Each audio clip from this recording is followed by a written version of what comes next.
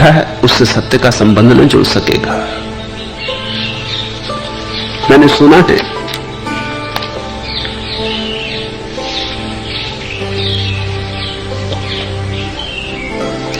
एक छोटा बच्चा घर में आए मेहमानों से बोला, आप सब यहां मरने के लिए आए हैं क्या अंकल? 4 वर्षीय राजू की ये बात सुन के सब मेहमान हैरान रह गए। दादी ने तो बहुत डांटा राजू को और कहा कि ये क्या बोल रहा है। राजू ने कहा, मुझे क्या मालूम, मां ही कह रही थी मुझे सुबह कि अगर मुझे पता होता कि ये सब यहां आकर मरेंगे तो मैं छुट्टियों में कहीं और चली जाती। मेहमान घर में आता है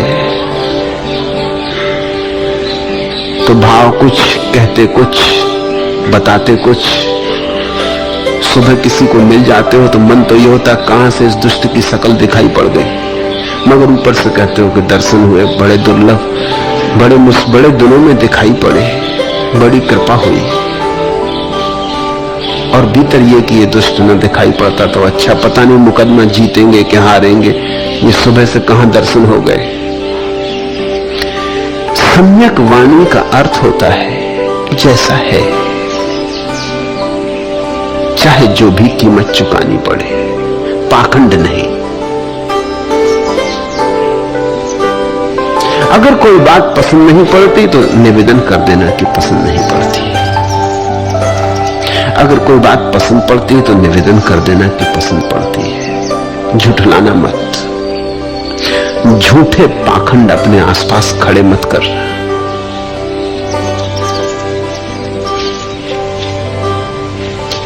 मुल्ला नसरुद्दीन का एक बहुत पुराना मित्र उसके घर आया। तपाक से मुल्ला उठा, पहले हाथ से हाथ मिलाया, फिर गले से गले मिला, फिर प्रसन्नता के अतिरिक्त में उसे गोद में उठा के ड्राइंग रूम तक लाया। अंदर आया तो पत्नी ने कुड़ के पूछा कि मुल्ला, जब मेरी कोई सहेली आती तो तुम्हें जैसे सांप सूंघ जाता है, तब भी कभी प्रसन्न हुए हो इतना? मुल्ला ने कहा, भगवान कुछ मत पूछ, प्रसन्न तो इससे भी ज्यादा होता हूं, मगर प्रकट नहीं कर सकता। अगर तू कहते कि प्रकट करने की छूट है तो अगली दफा देखना, तेरी सहेली को जो पकड़ूंगा, गोद में बिठाऊंगा तो छोड़ूंगा ही नहीं। मन तो यही होता है कि खूब प्रसन्न हो, लेकिन तेरे डर के कारण नहीं हो पाते। तुम अपने जीवन में थोड़ा देखना, तुम कुछ हो भीतर बाहर कुछ बताए चले जाते हो। धीरे धीरे ये बाहर की परत इतनी मजबूत हो जाती कि तुम भूल ही जाते हो कि तुम भीतर क्या हो। सम्यक वाणी का अर्थ होता है धीरे धीरे सभी अर्थों में, दृष्टि में, संकल्प में, वाणी में हृदय की अंतरतम अवस्था को झलकने देना। चौथा है सम्यक कर्मांत, वही करना जो वस्तुतः तुम्हारा हृदय करने को कहता है। व्यर्थ की बातें मत किए चले जाना, किसी ने कह दिया तो कर लिया। अक्सर तुम करते हो ऐसा। पड़ोसी एक मोटर खरीद लाया, कार खरीद लाया, अब तुमको भी खरीदनी। तुम्हें एक दिन पहले तक कोई कार नहीं खरीदनी थी, तुम बिल्कुल मजे में जी रहे थे। अब एक झंझट आ गई, पड़ोसी का अनुकरण करना है। अधिक लोग अनुकरण में ही मारे जाते हैं। सम्यक कर्मांत का अर्थ होता है वही करना जो तुम्हें करने योग्य लगता है। ऐसे हर किसी की बात में मत पड़ जाना, नहीं तो तुम्हारी छीछा लेतर हो जाएगी। हजारों लोग हजारों ढंग के काम कर रहे हैं, अगर तुम हर दिशा में दौड़ने लगे तो तुम्हारा कर्म धीरे धीरे बिखर जाएगा, तुम्हारी धारा हजार खंडों में टूट जाएगी, तुम सागर तक न पहुंच पाओगे। सम्यक कर्मांत का अर्थ है एक दिशा पर नजर रखना, जो तुम्हें करना है वही करना, और दिशाओं में अपने जीवन श्रम को मत बढ़ जाने देना। तब तुम्हारे भीतर एक समंजन, एक समरसता पैदा होगी। अभी तो ऐसा है कि बहुत खंड है, कुछ कहते, कुछ सोचते, कुछ करते, आज कुछ करते, कल कुछ करते, परसों कुछ करने लगते। इधर एक मकान उठाना शुरू किया, फिर आधा छोड़ दिया, फिर दूसरा मकान बनाने लगे। इधर एक कुआं खोदा 2 हाथ, फिर छोड़ दिया, फिर दूसरा कुआं खोदने लगे। ऐसे करते तो तुम बहुत हो, लेकिन फल हाथ नहीं आता। फल आने के लिए सातत्य चाहिए। मेरे पास लोग आते हैं, वो कहते हैं ध्यान करना कई दफे शुरू करते हैं, फिर बंद हो जाता है। 1 दिन करते, 2 दिन करते, फिर टूट जाता है, फिर लौटते, फिर करते, फिर टूट जाता है। तो फिर नहीं होगा। जीवन में एक सातत्य, एक संकल्प जो चुना है करने के लिए, उसे करते रहने की धीरज, प्रतीक्षा, सहिष्णुता। आज ही फल तो नहीं आ जाएगा, बीज बोए हैं तो वक्त लगेगा, प्रतीक्षा करनी पड़ेगी, मौसम आएगा ठीक अनुकूल, तब बीज अंकुरित होंगे, फिर वृक्ष बड़े होंगे, वर्षों लगेंगे, तब कहीं फल होंगे। प्रतीक्षा करनी होगी। 5वां है सम्यक आजीव। बुद्ध कहते हैं हर किसी चीज को आजीविका मत बना लेना। अब कोई आदमी कसाई बन के अपनी रोटी कमा रहा है, ये भी कोई कमाना हुआ। रोटी भी कमानी थी, 1000 ढंग से कमा सकते थे, कसाई होने की क्या जरूरत थी। ये बड़ा असम्यक आजीविका है कि कोई स्त्री वैश्या होकर रोटी कमा रही है। कोई सम्यक आजीविका खोजना। रोटी तो कमानी है, ये बात सच है, लेकिन सम्यक खोजना। और ध्यान रखना, अगर तुम्हारी आजीविका सम्यक हो तो तुम्हारे जीवन में शांति होगी। अगर तुम्हारी आजीविका सम्यक हो तो सत्य और तुम्हारे बीच अनेक बाधाएं कम हो जाएंगी। अब अगर कोई आदमी झूठ का धंधा कर रहा, समझो कि वकील है, अब बड़ा मुश्किल होगा इसको जीवन में सत्य को लाना। इसका धंधा ही झूठ है, झूठ इसकी आजीविका है। झूठ में जितना पारंगत होगा उतनी ही सफलता मिलने वाली। अब सत्य से तो ये डरेगा, सत्य का तो कोई संबंध ही नहीं इसकी आजीविका से। इसको तो झूठ को ही सत्य सिद्ध करना है।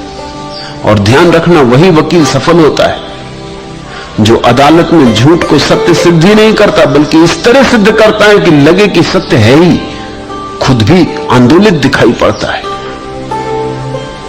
तो उसे पक्का भरोसा है कि ये सच है। झूठ को बोलते वक्त ऐसे बोलता है कि जैसे वो खुद आंखों से देखा है, सामने मौजूद था। क्योंकि अगर वकील खुद ही आश्वस्त नहीं है तो अदालत को आश्वस्त नहीं कर पाएगा। अगर भीतर खुद ही जान रहा है कि झूठ है तो झूठ की खबर मिलती रहेगी, उसके चेहरे से, ढंग से जानेगा कि मामला तो हारे ही है, जीतना मुश्किल है। तो उदास होगा, प्रफुल्लता न होगी, बल न होगा, वाणी में प्रभाव न होगा। सम्यक आजीविका अर्थ है सृजनात्मक आजीविका। ऐसी कुछ आजीविका चुनना जो तुम्हारे जीवन को परमात्मा की तरफ ले जाने में सृजनात्मक हो, विध्वंसात्मक ना हो। 6वां है सम्यक व्यायाम। अति ना करना, बुद्ध कहते हैं। कुछ लोग हैं आलसी और कुछ लोग हैं अति कर्मठ, दोनों ही नुकसान में पड़ जाते। आलसी उठते ही नहीं तो पहुंचे कैसे?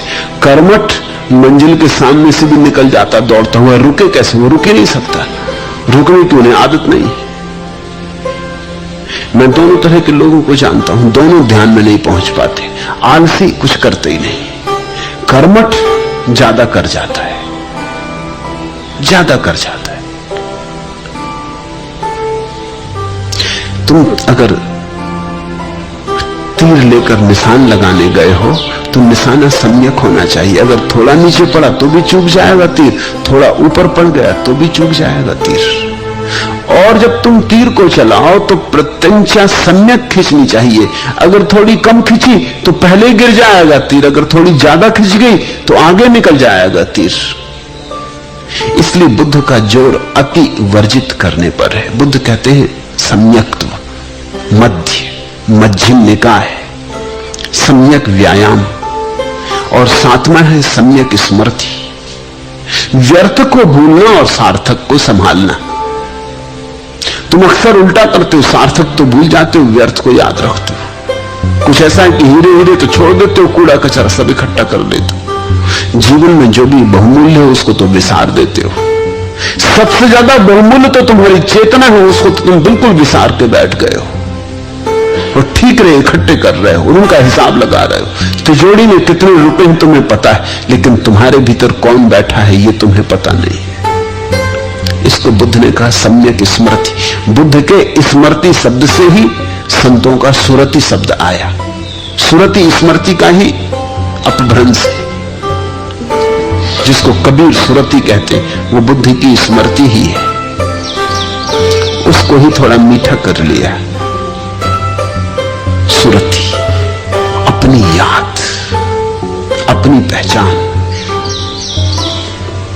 और आठवां है सम्यक समाधि। बुद्ध समाधि में भी कहते हैं सम्यक ख्याल रखना। क्यों?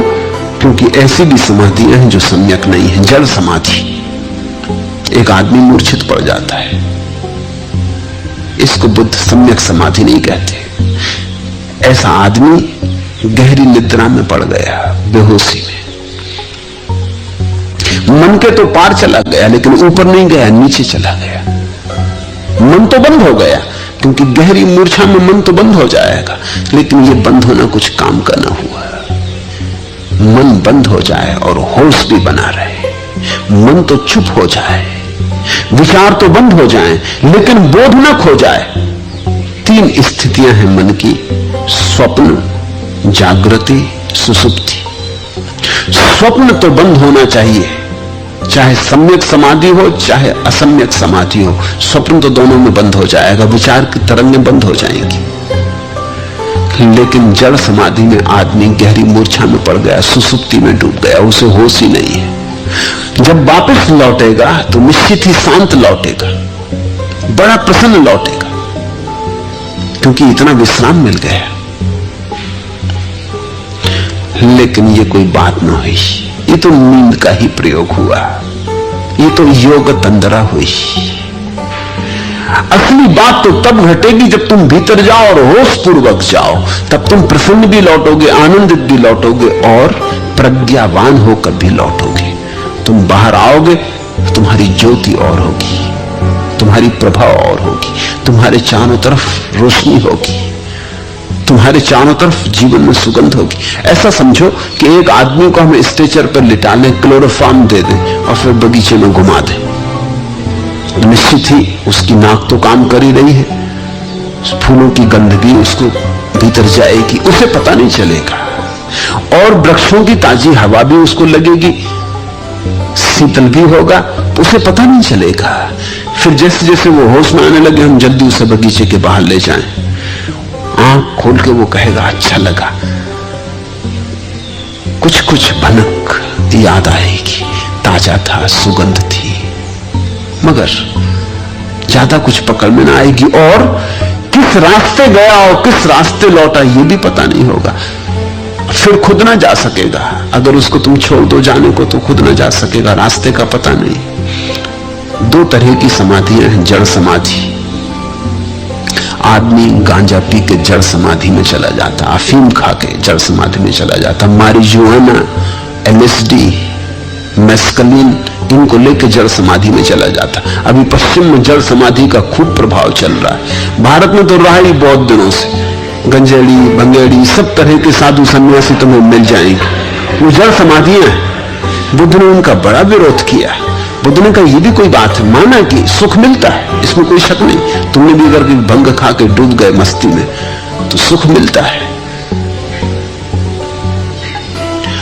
गांजे की दम लगा ली तो डूब गए, एक तरह का सुख मिलता है। शराब भी इसी तरह के सुख को देती, भूल गए सब, डूब गए अपने में। मगर ये डुबकी नींद की है, ये कोई डुबकी हुई, ये कुछ मनुष्य योग हुआ। ऊपर उठो, जागते हुए भीतर जाओ, दिया लेकर भीतर जाओ, मसाल लेकर भीतर जाओ, ताकि सब रास्ता भी उजेला हो जाए और तुम्हें पता भी हो जाए, तो जब जाना हो तब चले जाओ और तुम फिर किसी चीज पर निर्भर भी ना रहोगे। तो तुमने देखा हिंदू साधु सन्यासी तुम्हें मिल जाएंगे कुंभ के मेले में, दम लग रही, सत्संग हो रहा, दम मारो दम, सत्संग हो रहा, ब्रह्म चर्चा चल रही। ये कुछ नई बात नहीं है, इस मुल्क में 5000 साल से चल रही है। ये सब समझते हैं कि ये सब शंकर जी के शिष्य बम भोले। इसका बुद्ध ने बहुत विरोध किया, क्योंकि बुद्ध ने कहा कि असली ही बात चूकी जा रही है। असली बात है जागृत होकर आनंद को उपलब्ध हो जाना, उसको मैं सम्यक समाधि का, ये आर्य अष्टांगिक मार्ग। बुद्ध कहते हैं 4 आर्य सत्य हैं, दुख है, दुख की उत्पत्ति है, दुख से मुक्ति है और मुक्तगामी आर्य अष्टांगिक मार्ग है। ये 8 अंग है उस दुख मुक्ति के लिए। ऐसी ये 2 गाथाएं ये महत्वपूर्ण है, इन पर खूब ध्यान करना।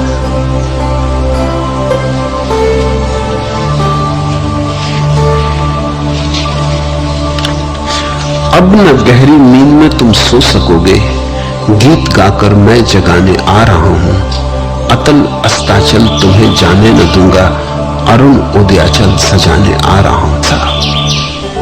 ऐसा बुद्ध का संदेश।